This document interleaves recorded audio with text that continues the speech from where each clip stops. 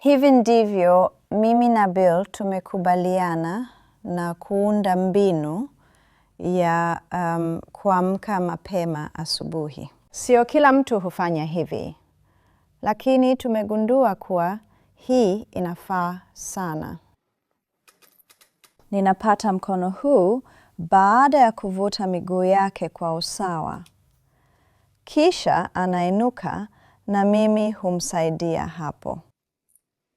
Na kuzungusha miguu yake hadi iwe sawa kabisa sakafuni, kwa sababu usawa wake si thabiti wakati mwingine.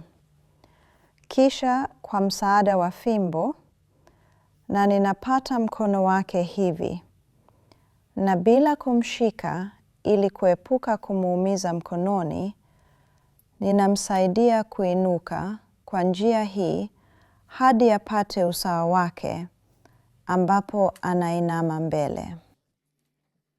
Akifanya. Na kisha tunaweza kuchukua hatua chache, pole pole mwanzoni, hadi apate usawa wake. Na hivyo ndivyo tunavyofanya nyumbani kwetu. Kwa hivyo, njia ya kumsaidia mtu ajisikie thabiti anaposimama kutoka kitandani ni kutumia mkanda wa kushika. Mikanda hii ya kushika haijatengenezwa kuinua mtu, bali kusaidia kumweka thabiti anaposimama. Kwa hivyo kama unaweza rekebisha mkanda, hakikisha umekaza vizuri.